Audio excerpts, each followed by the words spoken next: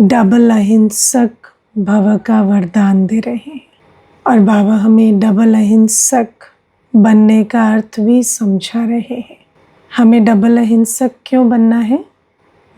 क्योंकि सतयुग में जो देवताएं होते हैं, जो हम बनेंगे, जिस लक्ष्य के साथ हम बैठे हैं, उन देवताओं का वर्णन क्या है? सर्वगुण संपन्न, 16 कला संपूर्ण, संपूर्ण निर्विकारी, मर्यादा पुरुषोत्तम, डबल अहिंसक। और बाबा ने हमें समझाया है कि हमें जो भी वहाँ बनना है, या जो भी प्रारब्ध पानी है, या देवताई स्टेज जिससे हमें दैवी सृष्टि में कार्य करना है, वो सारे संस्कार हमें अभी बनाने हैं। तो इसीलिए बाबा हमें सर्व गुणों का, सर्व कलाओं का, है ना, निर्विकारी बनने का, है ना, या मर्यादाओं का, या डबल अहिंसक बनने का रोज़ पाठ पढ़ाते हैं और अटेंशन भी खिंचवाते हैं रोज़, क्योंकि हमें ऐसा बन कर जाना है। अब जब हम हिंसा शब्द सुनते हैं तो ज़्यादातर हिंसा ये समझा जाता है कि दूसरे पर हिंसा, है ना, या तो दूसरे पर हिंसा में चाहे आप वाणी से हिंसा करते हैं, चाहे शरीर को, किसी के शरीर को घात पहुंचाया, या किसी को आर्थिक रूप से, है ना, तंग किया, या किसी को दुख दिया, किसी को कोई, है ना, दुख दिया, या किसी को अपमान दिया, तो ये सारी इमोशनल पेन, है ना, मेंटल पेन, फिजिकल पेन, या जो यौन हिंसा, है ना, या आप सोचो कि धन को भी अगर कोई कमाता है और उसका धन कोई ज़बरन छीन ले, या कि किसी की आपने जिम्मेवारी ली है पर आप उसको पर्याप्त जो भोजन पानी आदि नहीं देते, तो ये सब एक प्रकार की हिंसा समझी जाती है। तो इस हिंसा को तो हम समझते हैं। फिर दूसरे प्रकार की हिंसा जो दुनिया में कही जाती है वो है सेल्फ इन्फ्लिक्टेड वायलेंस। जैसे कोई अपने शरीर को घात पहुंचाता है ना, किसी ने स्वयं को कोई घात पहुंचाया, तो उसको भी हिंसा समझी जाती है। लेकिन बाबा हमें समझाते हैं कि कहा जाता है आत्मघात महापाप, है ना, आत्मघात को महापाप कहा गया है। और दुनिया में समझते हैं कि मैं शरीर हूँ, तो जब आत्मघात सोचते हैं, या कहते हैं ना आत्महत्या, तो आत्महत्या माना आत्मा की हत्या नहीं, आत्मा की तो हत्या होती नहीं। तो आत्महत्या किसको कहते हैं? शरीर को मारने को आत्महत्या कहते हैं। तो बाबा हमें कई बार समझाते हैं कि उसे आत्मघात नहीं कहेंगे, उसे तो जीवघात कहेंगे, क्योंकि तुमने शरीर को मारा। तो बाबा हमें कहते हैं कि जीवघात भी पाप है, बहुत बड़ा पाप है, लेकिन आत्मघात महापाप कहा जाता है। सबसे बड़ी हिंसा जो होती है वो आत्मा स्व के प्रति करती है, और उसको बाबा हमें आज मुरली में समझा रहे हैं कि आत्मघात किस प्रकार से किया जाता है। क्योंकि ये तो है नहीं कि आत्मा को कोई मार सकता है, क्योंकि आत्मा तो अमर है। तो कोई ऐसी बात नहीं है कि हमने कोई चाकू छुरी लेके आत्मा को मार दिया। लेकिन आत्मा को मारा कैसे जाता है, तो वो बात आज बाबा हमें समझा रहे हैं। तो बाबा कहते सबसे बड़ी हिंसा जो हम करते हैं, जिसकी गुह्यता को, महीनता को समझकर हमें महान बनना है, वो है आत्मघात से छूटना। और वो आत्मघात क्या है? तो बाबा कहते आत्मा की जो सतो प्रधान अवस्था है, जिसमें आत्मा सुख स्वरूप, शांत स्वरूप रहती है, उस स्थिति से नीचे आना, है ना, इसको कहते हैं आत्मघात। तो जैसे ही मैं आत्मा अपनी निजी गुणों को भूलकर, है ना, और अपनी जो उच्चता है या सतोप्रधानता है उससे नीचे आकर कर्म करती हूँ, तो जैसे मैंने अपने गुणों का, अपनी शक्तियों का खून कर दिया, है ना। जैसे कि मैंने अपनी श्रेष्ठता का, महानता का खून किया। जब तक आप पहले अपनी गुणों का, अपनी शक्तियों का खून ना करें तो अन्य के प्रति हिंसा नहीं कर सकते, है ना। तो बाबा हमें समझाते हैं कि आत्मा को जिम्मेवारी क्या मिली है कि वो स्वयं को जान अपने स्वधर्म में स्थित रहे, और उस स्वधर्म में स्थित रहने के लिए मेहनत चाहिए, है ना। हमें अंतर्मुखी होकर अपने गुण मूर्त शक्ति स्वरूप को इमर्ज करके रखने के लिए मेहनत चाहिए, क्योंकि सतो प्रधान अवस्था तो बाबा की याद में, आत्म अभिमानी स्थिति में ही रहती है। लेकिन अगर हम वो मेहनत नहीं करते, है ना, जैसे आज दुनिया में भी कहते हैं ना कि मैंने आपको हर्ट करना नहीं चाहा, लेकिन मेरे मुंह से ऐसा निकल गया, है ना, तो आपको दुख हो गया, पर मैं आपको दुख देना नहीं चाहता था। तो फिर ऐसे में क्या कहा जाएगा? ऐसे में तो यही कहा जाएगा ना कि आप थोड़ा अटेंशन दो, कि आप ऐसी वाणी ना बोलो कि दूसरे को दुख हो। तो ऐसे ही बाबा कहते हैं कि अगर मैं अटेंशन ना दूं तो मैं क्या करूँगी? अपनी जो सतोप्रधान अवस्था है, सुख स्वरूप, शांत स्वरूप, पवित्र ज्ञान स्वरूप अवस्था, उससे नीचे आकर कर्म करूँगी। फिर हम कहेंगे कि हाँ, हम ये करना नहीं चाहते थे, है ना। अब देखो, सबसे पहले क्या होता है, जब मैं अपनी सतोप्रधान अवस्था से नीचे आकर सोचती हूँ या फीलिंग क्रिएट करती हूँ या कोई कर्म करती हूँ, तो सबसे पहले मेरी खुशी गायब हो जाती है। सबसे पहली चीज़ क्या होती है? मेरी खुशी गायब हो जाती है, मेरी आंतरिक शांति गायब हो जाती है। तो आप सोचो कि सामने वाले को तो हम इतना कहते हैं कि तुमने मेरी खुशी छीन ली, तुमने मुझे दुख दे दिया, ये एक प्रकार की हिंसा है और आपको नहीं करनी चाहिए। लेकिन जब मैं अपनी ज्ञान स्वरूप गुणमूर्त अवस्था से नीचे आकर कोई भी संकल्प रचती हूँ या कोई भी मैं कर्म करती हूँ, फीलिंग क्रिएट करती हूँ, तो सबसे पहले क्या होता? मैं दुख की भागी बन जाती हूँ, है ना। आप सोचो कि जैसे बाबा ने हमें समझाया है कि जब भी आप कुछ देख रहे हैं, सुन रहे हैं, तो पहले क्या सोचो? ये नहीं कि क्या सामने क्या है या वो क्या कह रहे हैं, ये नहीं सोचो। क्या सोचो? मैं कौन हूँ, मुझे कैसा सोचना चाहिए, है ना। मानो सामने कोई उल्टे बोल भी बोल रहा है, तो मैं कौन हूँ? मैं तो शांत स्वरूप आत्मा हूँ ना। वो कैसे बोल रहा है, वो मुझे नेक्स्ट देखना है। पहले मुझे अपने शांत स्वरूप में स्थित रहना है। अगर मैं अपने शांत स्वरूप में स्थित हुए बिना उसके बोल सुनूंगी, तो उसके बोल मुझे अशांत करेंगे। इसीलिए बाबा हमें कहते हैं स्वधर्म में स्थित होकर कार्य करो, है ना। पर धर्म में स्थित होकर कार्य नहीं करो, स्वधर्म में स्थित होकर कार्य करो। मैं कौन हूँ?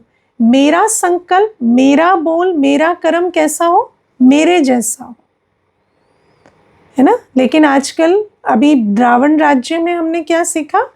मेरा संकल्प, मेरा बोल, मेरा कर्म कैसा हो? जैसी परिस्थिति है वैसा हो। लेकिन बाबा ने हमें समझाया, जब मेरा कर्म है, मेरा संकल्प है, मेरा बोल है, तो कैसा हो? जैसी मैं हूं वैसा हो। परिस्थिति कैसी भी है, लेकिन उस परिस्थिति का प्रभाव मुझ पर क्यों पड़ता है? क्योंकि मैं अपनी सीट छोड़कर उस परिस्थिति के चपेट में जाती हूँ। तो बाबा हमें समझाते हैं कि सबसे पहली हिंसा है जब हम अपनी सतोप्रधान अवस्था को छोड़, अपनी सुख शांति की अवस्था को छोड़ पर धर्म में स्थित हो जाते हैं, है ना। तो ये जैसे अपना घात करना हुआ, समझ आई? हाँ, ऐसे अपना, इसको आत्मघात महापाप कहते हैं। आज तक तो हमने सोचा ही नहीं ना ये पाप है ना। इसीलिए तो बाबा हमें कहते हैं ना कि हमें ये बात भक्ति में समझाई जाती है कि दुख देना पाप है ना। आप ऐसा कुछ नहीं करो जिससे दूसरे को दुख हो, ठीक है। लेकिन भक्ति में हमें कभी नहीं समझाया जाता दुख लेना भी पाप है।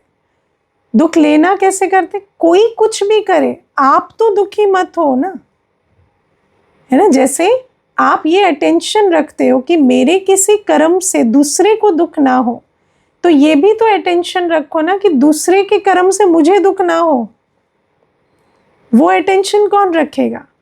लेकिन हमने सोचा कि मैं अटेंशन रखूं कि मैं उससे दुखी ना करूं, और वो अटेंशन रखे कि वो मुझे दुखी ना करे। लेकिन वो तो मेरे कंट्रोल में नहीं है ना।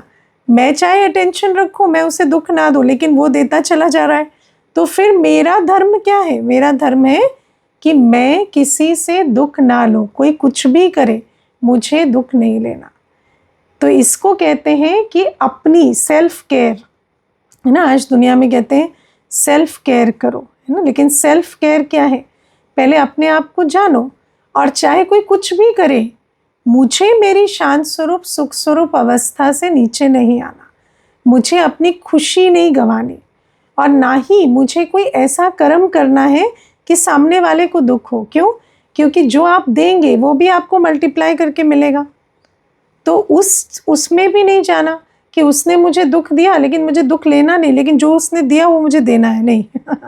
मुझे देना भी वो है जैसा मैं हूँ। तो ये पहली हिंसा जो बाबा हमें समझाते हैं, है ना। तो दुख लेना भी हिंसा है, दुख देना भी हिंसा है, क्योंकि हिंसा सिर्फ दूसरे के प्रति नहीं होती, जब अपने प्रति भी किया तो वो भी हिंसा हुई। फिर मैं आपको बाबा की वाणियों से और भी इस बात की गुह्यता समझा देती हूँ, क्योंकि ये जो डबल अहिंसक का स्पष्टीकरण मुरली में कभी कभी आता है ना। तो आज उसकी सारी बातों को समझेंगे जो भी बाबा ने समझाई है। दूसरी बात बाबा कहते हैं, आत्मघात होता है अपने विवेक का खून करना, है ना। जैसे आप देखना, कई बार हमारे अंदर हमारा जो विवेक है वो कुछ ना कुछ कहता है ना। ये मत करो, ऐसा नहीं बोलो, ऐसा नहीं सोचो, है ना, ये तुम गलत कर रहे हो। लेकिन मनमत पर, परमत पर, माया के वश होकर, संशय बुद्धि होकर हम कई प्रकार से उस विवेक का खून करते हैं कि नहीं। और आपको पता है, जब हम हिंसा करते हैं तो उससे दुख मिलता है, और जब हम विवेक का खून कर देते हैं तो क्या होता है? वो जो विवेक है वो अगली बार हमारे सहयोग में नहीं आता, है ना। आपको पता है ना, जैसे कई बार आप किसी के लिए कहते हैं ना, इसकी तो आत्मा ही मर गई है, इसको तो अंदर से कोई आवाज़ ही नहीं आती, है ना। कई होते हैं ना, पाप पे पाप करते हैं पर उनको कोई आवाज़ भी नहीं आती। हमें, जैसे आपने देखा होगा कि जब हम बाबा के बनते हैं तो वो जो कॉन्शियंस है, विवेक जो है, वो जागृत होता है। पहले जो विवेक आपको अच्छा बुरा इतना नहीं बताता था, जैसे जैसे बाबा का ज्ञान बल, योग बल बढ़ता है तो विवेक जागृत होता है, और फिर आपको वो जो बुद्धि की जो परख शक्ति है बढ़ती है, कि बुद्धि अपने आप आपको कहती है कि नहीं, ये नहीं करना है, ये गलत है, ये ठीक नहीं है ना। झूठ भी बोलते हैं तो पता चलता है, पहले नहीं पता चलता था। तो ये जो जैसे बाबा का बनने से, श्रीमत पर चलने से विवेक जागृत होता है, ऐसे ही अगर आप बार बार विवेक का खून करें तो विवेक मर जाता है ना। जैसे आप देखो, अगर बार आपका विवेक आपको कह रहा है कि ये श्रीमत प्रमाण नहीं है, ये नहीं करो, लेकिन उसके बाद भी आप करते हैं, तो जैसे आप विवेक का खून करते हैं, और ये हिंसा है। और ये क्यों करते हैं? माया के वश, है ना, कोई ना कोई विकार है।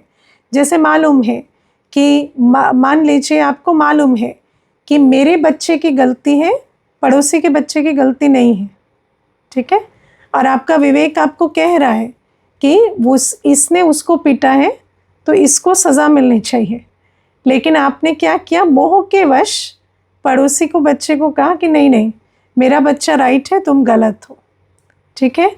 तो ये क्या हुआ? माया के वश विवेक का खून हुआ, है ना। कई बार लोभ चढ़ा होता है, आपकी दिल जानती है कि ये जो बात है, ये यहाँ पर आकर्षण में जाना ये गलत है ना। मानो किसी ने आपको कहा कि आप मुझे 10 लाख दे दो, मैं आपको अगले महीने इसको 15 बना के दे दूंगा, मेरा एक प्रोजेक्ट है।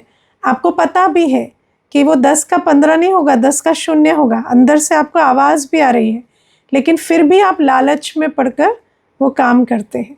इसको क्या कहते हैं? माया के वश विवेक का खून करना, है ना। तो इसीलिए बाबा हमें कहते हैं कि श्रीमत जो कहती है, श्रीमत कहती है कि पतितों के पास अपने धन की लेन देन नहीं करो, धन हमेशा ईश्वरीय कार्य में या स्व उन्नति के लिए लगाओ। लेकिन अगर इस चक्कर में पड़ के लगाते हैं तो क्या हुआ, विवेक का खून हुआ। तो बाबा कहते इसी प्रकार से माया के वश होकर कई बार विवेक का खून करते, कई बार कुसंग में पढ़कर करते, है ना। आपको पता है बाबा कौन है, आप क्या कर रहे हैं, लेकिन कोई मोह, जिसके साथ मोह होता है ना, वो आपको बार बार उल्टी शिक्षा दे रहा है। नहीं ना, ये बाबा का कार्य तो ऐसा होता है, ये कोई भगवान नहीं है, ये सब तो ऐसे ही है। तो आप देखना कई बार आपकी दिल जो जानती है उसके ऊपर आप उसकी बात को सुनना शुरू कर देते हैं। तो आपने विवेक का खून किया, है ना। ऐसे ही परमत पर, रावण मत पर हम कितनी बार विवेक का खून करते।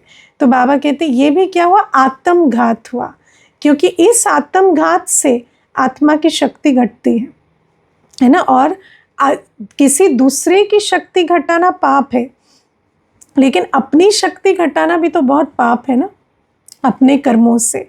तो ये भी बाबा हमें समझाते।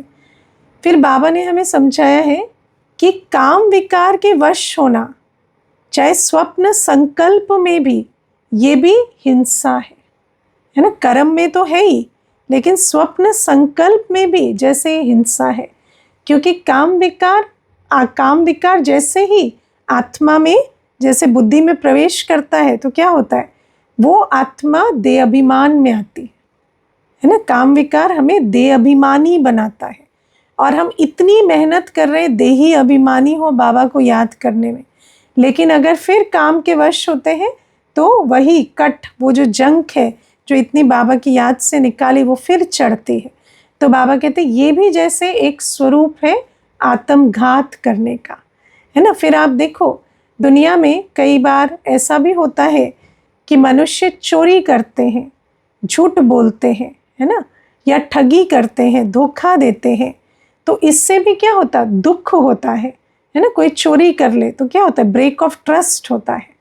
तो चोरी से, झूठ बोलने से, या कोई धोखा देता है तो उससे क्या होता है, आत्मा बहुत दुख लेती है कि नहीं।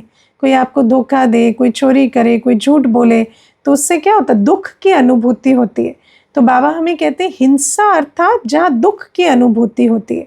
तो ये भी 3 प्रकार है हिंसा के, है ना। किसी को सिर्फ थप्पड़ मारना या कटु शब्द बोलना हिंसा नहीं होता, लेकिन हिंसा ये भी होती है कि आप किसी को झूठ बोल रहे हैं, है ना, या किसी को आप धोखा दे रहे हैं, या किसी के यहाँ चोरी कर रहे हैं, क्योंकि उस हिंसा से भी उस आत्मा को घायल कर देते हैं। जिसके साथ चोरी हो जाती है उसको क्या होता है, उसको हर कोई चोर नज़र आता है है ना। तो आपने क्या किया उसके साथ, है ना, धोखा हो गया तो उसको हर कोई धोखेबाज नज़र आने लगता है। या किसी को आपने झूठ बोला तो उसका जो ट्रस्ट है वो, है ना, टूट जाता है। तो ये भी एक प्रकार की हिंसा होती। इन बातों को समझो, ये बाबा बहुत गुह्य बातें समझाते। तो बाबा हमें कहते हैं सिर्फ कोई दूसरा हमारे प्रति करे तभी ये हिंसा नहीं है, लेकिन अगर मैं भी चोरी करती हूँ, झूठ बोलती हूँ और धोखा देती हूँ, है ना, तो ये भी आत्मघात होता है। इससे आत्मा का जो स्वमान है या सेल्फ कॉन्फिडेंस है, ये इतना लो हो जाता है कि उसके बाद आप कितना भी पुरुषार्थ करें, लेकिन उसको रिवाइव करना बहुत मुश्किल होता है। तो बाबा कहते किस प्रकार की चोरी करते हैं हम। तो बाबा कहते बाबा ने हमें जो संस्कार दिए उसके अलावा रावण के संस्कारों की चोरी कर कर, जो पराई चीज़ है उसकी चोरी कर कर यूज़ करते हैं, है ना। किसी चोरी क्या होती है, किसी और की चीज़ को यूज़ करना। तो बाबा कहते हैं रावण की चीज़ को, रावण के संस्कारों को यूज़ करना, ये हिंसा का स्वरूप हो जाता है ना। जैसे छोटी सी बात है, आप सोच रहे हैं, है ना, देखिए जैसे दूसरे को वाणी से बोलते हैं तो हिंसा है ना। लेकिन दूसरे को क्रोधवश बोला, कामवश बोला या लोभवश बोला तो हिंसा हुई। दूसरे को कैसा लगता है, अगर आपको कोई समझे कि आप एक ऑब्जेक्ट और आपको एक्सप्लॉइट करना है ना, और लोभ के वश आपसे बात करे तो आपको दुख होता है ना कि मुझे क्या समझ रहे हैं, सिर्फ मुझे स्वार्थ सिद्धि का साधन समझ रहे हैं। ऐसे ही जब आप स्वयं के प्रति भी अपने आप से, है ना, जब क्रोधवश या सेल्फ डाउट के वश या स्वमान से नीचे उतरकर बात करते हैं, तो ये भी एक प्रकार की हिंसा होती है, क्योंकि इससे आप अपने आप को नीचा कर रहे हैं। कोई दूसरा आपको गाली दे रहा है, आपकी ग्लानि कर रहा है तो बुरा लगता है, लेकिन आप आत्मग्लानि कर रहे हैं तो क्या वो बुरी बात नहीं है? आत्मग्लानि भी तो करते हैं ना। लेकिन उस समय क्या सोचते हैं? उस समय सोचते हैं ये तो नम्रता है, क्योंकि दुनिया में कहते हैं दूसरे को बड़ा कहो, खुद को नीच, पापी, फलकामी, छोटा ये कहो, ये तो हमारी तारीफ है ना। लेकिन बाबा कहते नहीं, अपने आप को हमेशा श्रेष्ठ स्वमान दो, है ना। कभी नहीं कहो कि मेरे से नहीं होगा, ये भी हिंसा है स्वयं के प्रति। तो बाबा कहते हैं रावण के संस्कारों को चोरी कर कर यूज़ करना ये हिंसा हुई। फिर बाबा कहते हैं झूठ बोलना, है ना। बाबा से हम क्या कहते हैं? बाबा से हम कहते हैं बाबा हम ट्रस्टी हैं, है ना। बाबा को कहा है ना मैं ट्रस्टी हूँ, ले मेरा तन मन धन आपका है, लेकिन फिर उसी तन मन धन में बहुत मैंपन मेरापन रखते हैं, तो ये भी क्या हुआ? ये झूठ हुआ, ये एक प्रकार की हिंसा हुई। इससे क्या होता? आत्मा का स्वमान कम हो जाता है। बाबा को हम कहते हैं बाबा तुम ही संग बैठूं, तुम ही संग खाऊं, तुम ही को दिल का हाल सुनाओ, ये वायदा करते हैं, लेकिन फिर अनेकों को दिल का हाल सुनाते हैं, अनेकों का संग साथ ढूंढते हैं। तो बाबा कहते हैं ये भी क्या हुआ? ये भी झूठ हुआ। तो इस झूठ से भी बहुत सावधान रहना है। फिर बाबा हम कहते हैं धोखा देना, है ना। तो धोखा क्या देते हैं? तो बाबा हमें कहते हैं कि सबसे पहले धोखा हम ये देते हैं कि हम जानते हैं कि किस कर्म से हम कौन है। हम कर्म अकर्म विकर्म की गति को जानने वाले बच्चे हैं। हम जानते हैं कि किस बात से मेरा भाग्य बनता है, किस बात से मेरा भाग्य बिगड़ता है, लेकिन जानते बूझते भी भाग्य बिगाड़ने वाले काम करना, ये जैसे स्वयं को धोखा देना हुआ, है ना। अपने आप को धोखा देते हैं, है ना। आप सोचो कि कोई आपको कहे कि मैं आपको कल इतने सहयोग दूंगा या इतना कुछ सामग्री दूंगा, और वो मुकर जाए, है ना, तो फिर आपको धोखे का अनुभव होगा ना। तो आप सोचो, आप बाबा से वायदा करते हो, अपने आप से वायदा करते हो कि मैं मनुष्य से देवता बनकर रहूँगा, लेकिन फिर उस वायदे पर चलते नहीं, तो ये भी क्या हुआ? ये भी एक प्रकार से स्वयं को धोखा देना हुआ। फिर बाबा कहते हैं अन्यों को भी धोखा देते हैं। कैसे देते हैं? अपने अंदर कुछ और बाहर कुछ रखते हैं, है ना। अंदर कमी कमजोरी है, लेकिन बाहर में अपना श्रेष्ठ ब्राह्मण स्वरूप रखते हैं, तो ये भी धोखा देना हुआ। ऐसी डिसऑनेस्टी नहीं चल सकेगी, ऐसी डिसऑनेस्टी सतयुग में नहीं लेके जाएगी हमें। फिर बाबा हमें तीसरे प्रकार का धोखा बताते हैं कि जब हम बाबा से छिपाते हैं, है ना, तो बाबा से छिपाना ये भी धोखा देना हुआ। जैसे कि करते कुछ है और कहते कुछ है, चार्ट में कुछ लिखते हैं और करते कुछ है, तो ये भी बाबा से धोखा देना हुआ। तो छिपाना, कमज़ोरी अंदर रखना लेकिन ऊपर से अच्छा बनकर रहना, हिपोक्रेसी, है ना, ये अन्यों को धोखा देना है। और अपने आप को धोखा देना है कि जो बाप की श्रीमत पर चलकर हमें स्वयं का कल्याण करना चाहिए वो नहीं करते। तो बाबा कहते हैं सब दुख देने की विधियां हैं, है ना। ये भी हम दुख देते हैं जब किसी को मालूम पड़ता है कि ये कमी कमज़ोरी इनमें है, लेकिन ये इस प्रकार से बनकर चलते हैं। और अंत में तो क्या होगा? जब प्रत्यक्षता होगी तो कैसा नज़र आएगा कि हाँ देखो ये बनते ऐसे थे और ये हैं ऐसे। तो बाबा कहते हैं ये सब धोखा देने के स्वरूप है। और झूठ बोलने वाले, चोरी करने वाले या कोई धोखे देने वाले, ये हिंसक आत्माएं तो डबल अहिंसक दुनिया में नहीं जाएंगी ना। तो बाबा हमें बहुत अच्छे से समझाते हैं कि ना स्वयं के प्रति कोई आत्मघात करना है, ना अन्यों के प्रति कोई दुख देने की विधि करनी है। किसी को सिर्फ मनसा से, सिर्फ वाणी से दुख नहीं दिया जाता, मनसा से भी दुख दिया जाता है ना। होता है कि नहीं? कई बार आपको कोई कुछ कह नहीं रहा पर आपको फील होता है कि ये जो है ये मुझसे नाराज़ है, साइलेंट ट्रीटमेंट देना, या किसी के साथ है ना किसी के रोब का ऐसा प्रभाव डालना कि सामने वाली आत्मा हमेशा भय में रहे, है ना, वायुमंडल ऐसा क्रिएट कर रखना, ये सब क्या है, दुख देने की विधियां हैं। आत्मा को बाबा हमें कहते हैं कि तुम्हें सुख शांति देनी है, तुम्हें सुख शांति का वायुमंडल बनाना है। पर अगर हम भय का, दुख का, विकारों का वायुमंडल बनाते हैं मनसा से, वृत्ति से, तो ये भी दुख देना हुआ, है ना। वाणी से भी अनेक प्रकार से दुख देते हैं, फिर कर्मों से कितना दुख देते हैं, है ना। कर्मों से भी चोरी, ठगी, ये सब दुख देने की विधियां हैं।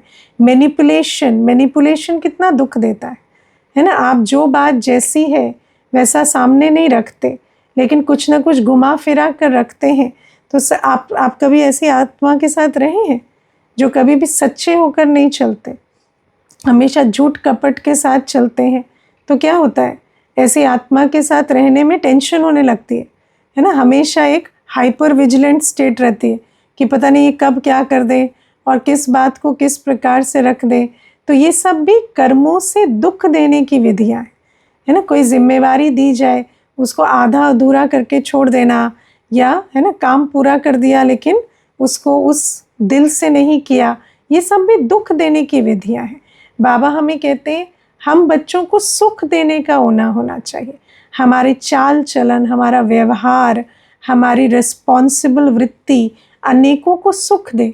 ऐसे नहीं कि हमें कोई काम दिया जाए तो सामने वाले को काम देकर टेंशन हो जाए कि इनको दिया है पता नहीं क्या का क्या करके रख देंगे, है ना। तो काम देने वाले को ज़्यादा टेंशन हो गई, है ना, काम करने वाले को इतनी टेंशन नहीं है।